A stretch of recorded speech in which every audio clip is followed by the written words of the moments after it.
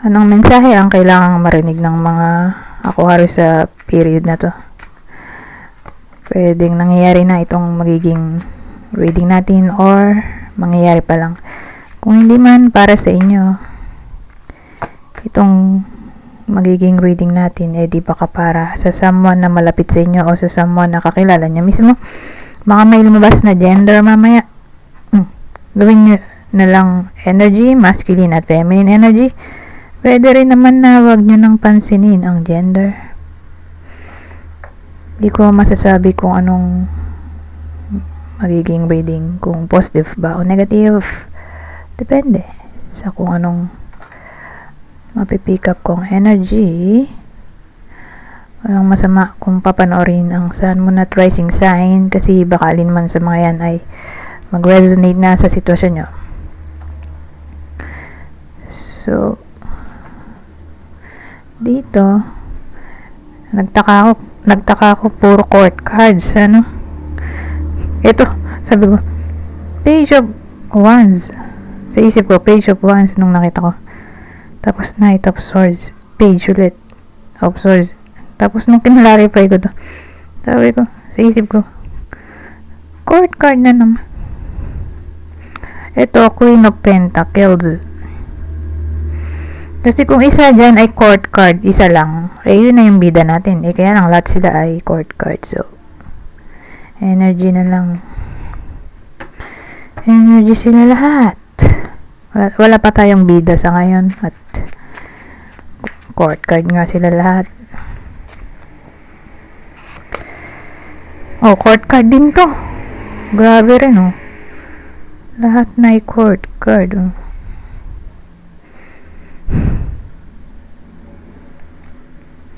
Ngayon lang nangyari na puro court card. Ayun ko, pang sa reading na ginagawa ko, ngayon lang ako nakaka-experience ng ganito. Lahat ng lumabas ay court card.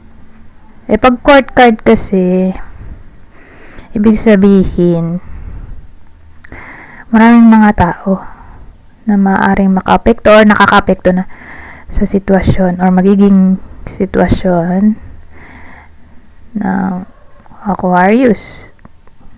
Kumbaga, pwedeng in a good way or in a negative way yung presence nila. Na parang may instances din na may mga sitwasyon na hindi nyo kayang i-solve mag-isa. Kailangan nyo ng assistance mula sa ibang tao. Or baka may mamimit kayong someone nyo. Or may mga taong magiging importante pa lang sa buhay nyo sa period na to. Or kayo yung magiging importante sa buhay nila kasi pwede rin vice versa.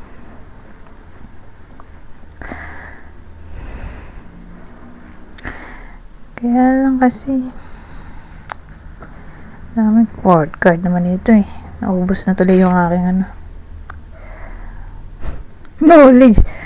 Ano kaya ito?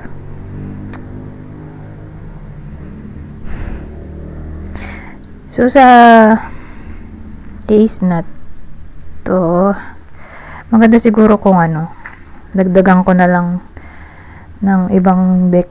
So mag-stick na lang tayo doon sa sinabi ko na information. Dadagdagan ko lang ng ibang information para may idea tayo.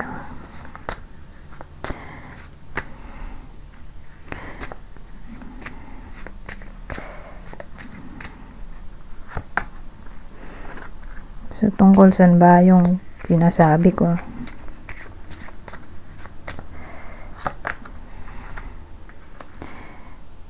So dito na tayo magsisimula ng reading kasi nga ginawa ko na lang as a whole yung reading dito sa tatlo. O isama na rin dito kasi nga puro court cards eh. Yun yung meaning ng court cards para sa akin kung marami.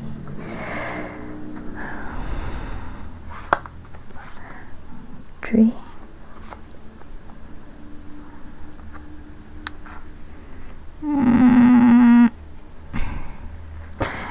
ano to, diba sabi ko nga kanina may mga taong nakaka-apekto, whether good yun or bad, pero more like bad, in a bad way, parang bad influence. May mga taong bad influence, whether dumating na sila or darating pa lang, either sa side nyo or sa side ng person nyo or someone na malapit sa inyo. Kasi parang nangyayari, bad influence. May mga taong bad influence. Marami sila, grupo sila kasi ang dami nga eh. 1, 2, 3, 4, 5. Ang daming court card dito. So, ibig sabihin, group of people yan. Hindi ko nga alam kung ano bang role nila, pero kanina, di ba? Ngayon, nilagyan natin ng Lenormand, mukhang bad. Bad yung role sa connection? Kasi bad to. Negative. Ito ko, neutral. Kasi nakaka-drain ito. Nagsiself-sabotage to eh. Nakaka-drain yung energy. Ito naman eh, card siya ng manipulation, gaslighting, treachery, deception in general. Nabulo na ako. So, ibig sabihin,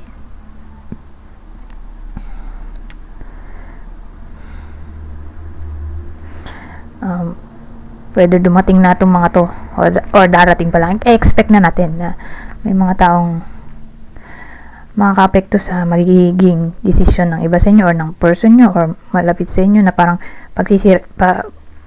makaka-apekto sa connection in a way na imbis na magbati, lalo pang gumulo yung sitwasyon, ganyan.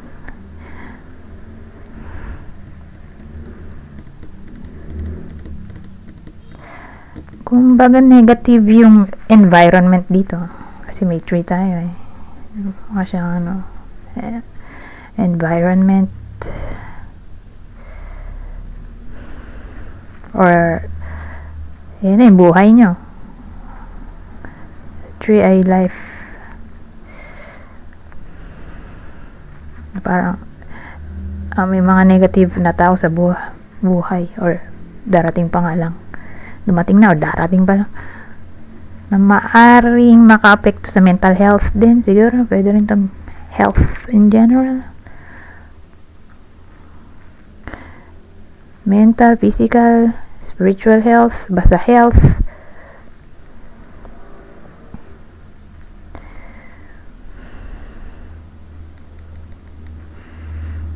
Ngayon, maganda siguro kung dagdagan pa natin tong Lenormand, para mas may direction pa. Kung ano ba yung tinutukoy dito, bakit ganyan? Bakit may mga negative people?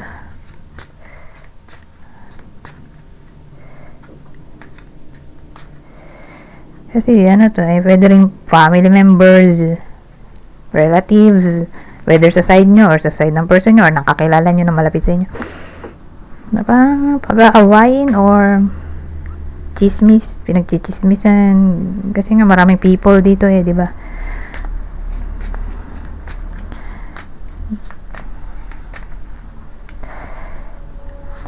Bad influence, ba't ba ito? Yung isa pala dapat. Dahil sa Lenormand, kamali ako ng kuha.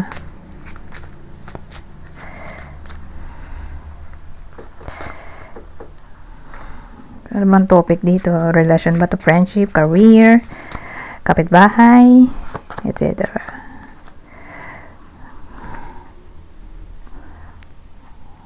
Ano ba yung naka-topic?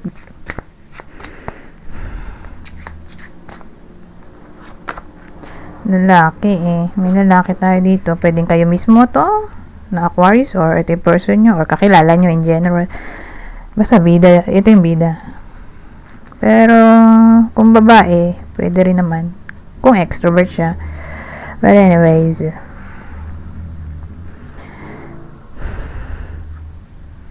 ring tower,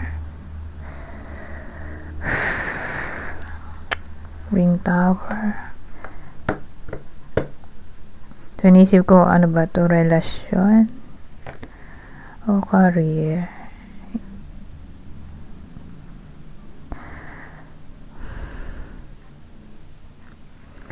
ano na to? Career. Sa career to. O pwede ito yung makakaaway ng iba sa inyo, lalaki. Ay, hindi. Group of people pala yung kanina eh, di ba? Yun yung ano, bad influence. Ito yung bida. Okay. Aquarius na lalaki or babae kung extrovert or person mismo ng Aquarius to or anyone na malapit sa inyo, lalaki. Pwedeng tamaan ng reading na to. Ayun, napautot pa ako. So, sinintyan ko. Ewan ko kung narinig ba yun sa video. Anyways, sa career to eh. Sabagay, nangyayari talaga yan sa career, di ba? May mga chismosa. Hindi lahat ay kaibigan. So, beware.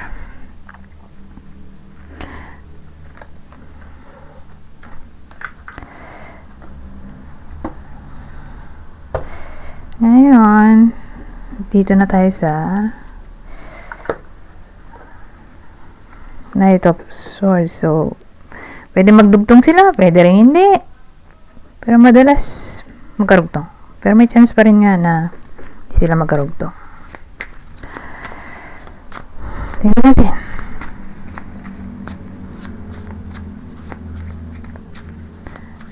Kung magdurugtong ba tong mga to. Pero again, yung subject natin ay career sa workplace. May mga inggitero o selosa. Inggitero, selosa sa workplace. Mag-ingat sa mga fake people. Pero ito, tingnan natin kung durugtong ba ito. Court card na naman, oh.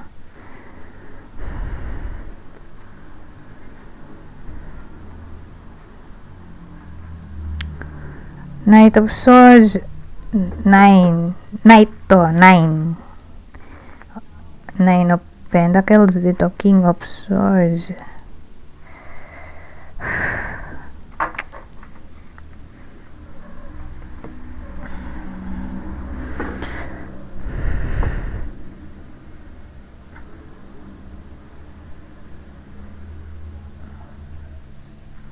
Knight of Swords. So, energy sila. Dalawang court card eh. Well, magkarugtong ba itong mga to? Knight King.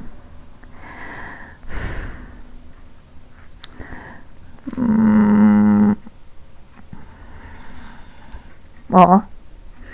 Karugtong sila.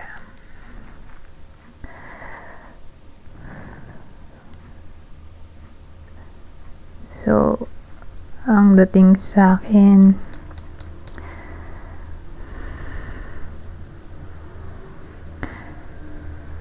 kasi dalawa knight eh. Dalawa swords. Kanina naman,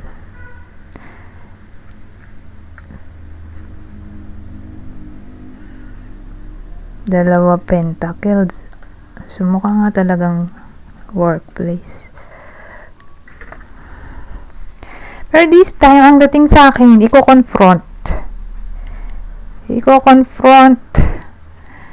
ng bida sa kwento. Yung kanyang mga enemies or magvo-voice out siya ng kanyang hinanaing. I-express niya yung kanyang thoughts. Ganun dating.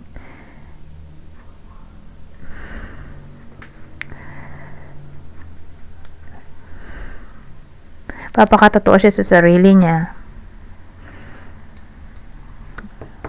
Sa 9 of Pentacles. Saka kung sakali mang magkaroon ng conflict, kasi dalawa nga swords, pag kasi maraming swords ay conflict, strife, conflict, ano pa nga ba yun? Strife, conflict, Basta yun, away.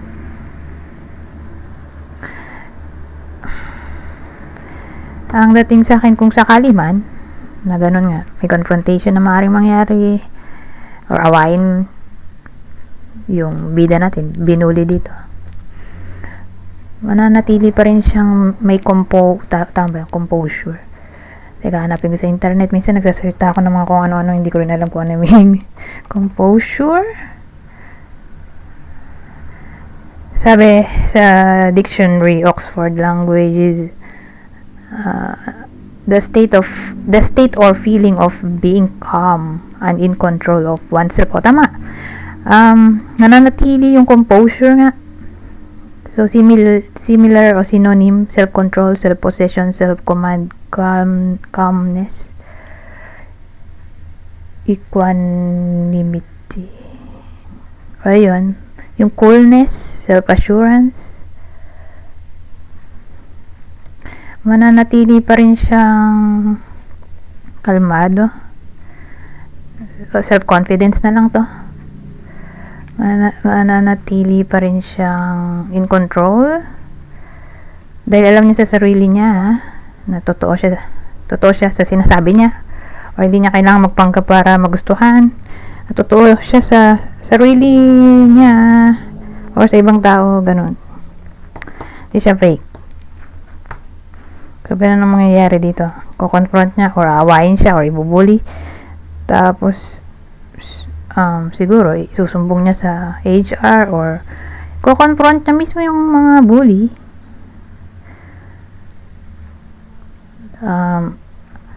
Naniniwala siya na nasa panig niya ang kapalaran dahil alam niya sa sarili niya na wala siyang mali, na totoo siya sa sarili niya, hindi siya plastic. So kung ayaw nila sa kanya, walang problema.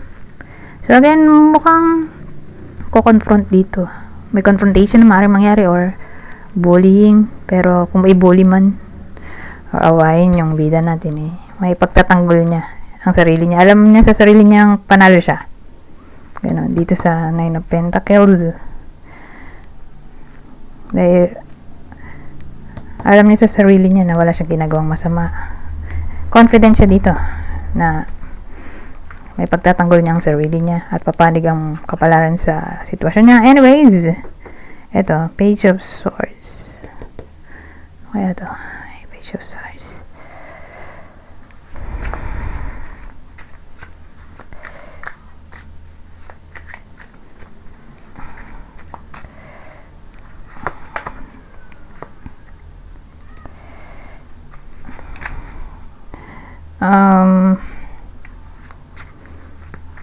So, yung Nine of Pentacles ay para siyang tiwala siya sa kakayahan niya.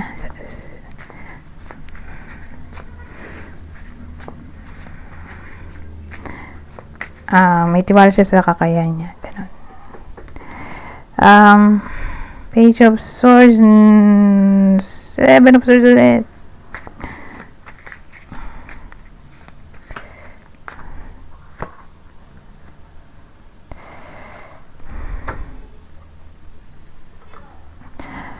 Ito, Page of Pentacles.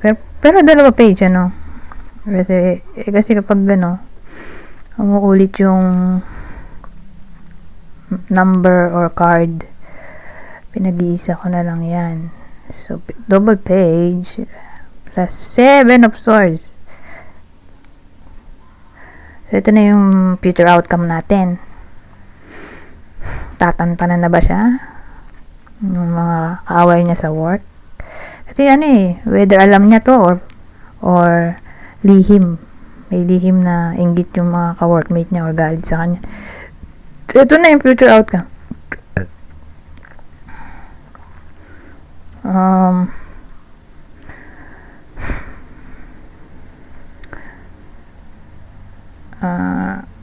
Ano nga ba?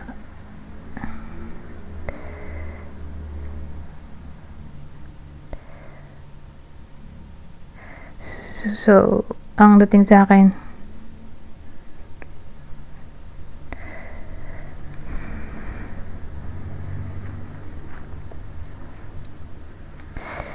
Ang binubuli kasi dito ay ano baguhan. Baguhan sa work. Kasi kung bago pa lang or bata yung bida natin, mga 25 pababa, bago lang siya sa work, or regardless kung ilang taon na siya, pero pwede nga ganun kasi may page tayo. Mga bagets yun energy ng bagets, siguro bago pa lang, kakatanggap pa lang niya sa work, or wala pa siyang isang taon sa workplace, or wala pang 3 taon, parang apprentice pa lang. So kung ganun yung case, let's say ganun, or bata pa nga, binubuli kasi bata, teenager, ganun, to 25 years old, may someone na ahead sa kanya or mas matanda na mag-a-advise sa kanya or ipagtatanggol siya noon, probably boss, or mas matanda nga sa kanya or mas mataas position. Tingin ko pagtatanggol siya dito ng taong yon. Pero kung hindi ganun, kasi maraming case dito, theory, general reading. So kung ang case ay di naman ganun, di bata, hindi siya 25, teenager to 25, matagal na sa work, probably 4 years and above. So may kilala ba kayong ganito, ganung mga description, kung di man applicable sa inyo? So kung di nga ganoon, at nasa 26 pataas, 4 years and above,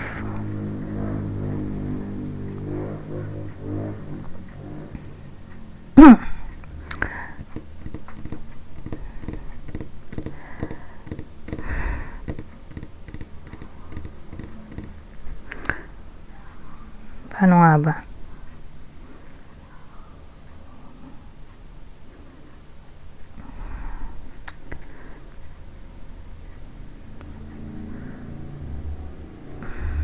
Mag-ingat sa bata, may mga bata. Mag-ingat sa someone na mas bata kasi deceptive to.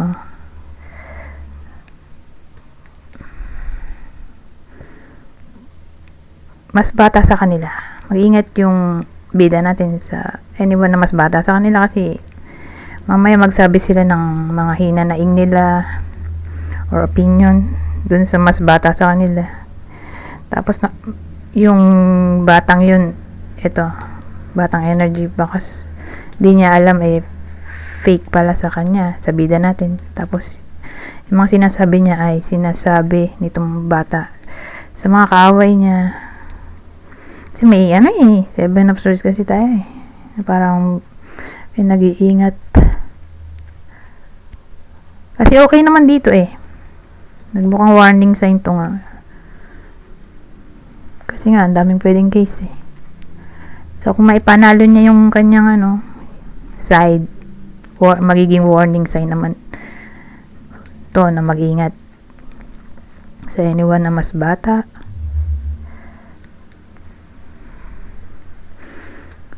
Yung age na pwede nilang pagsabihan ng sikreto. So, siguro, sa period na to, huwag magtiwala ng secret sa anyone na mas bata kasi may tendency na maging deceptive yun, mas bata, regardless kung sino yan. Basta sa workplace, mas bata or bago pa lang yung ka-workmate, mag-ingat.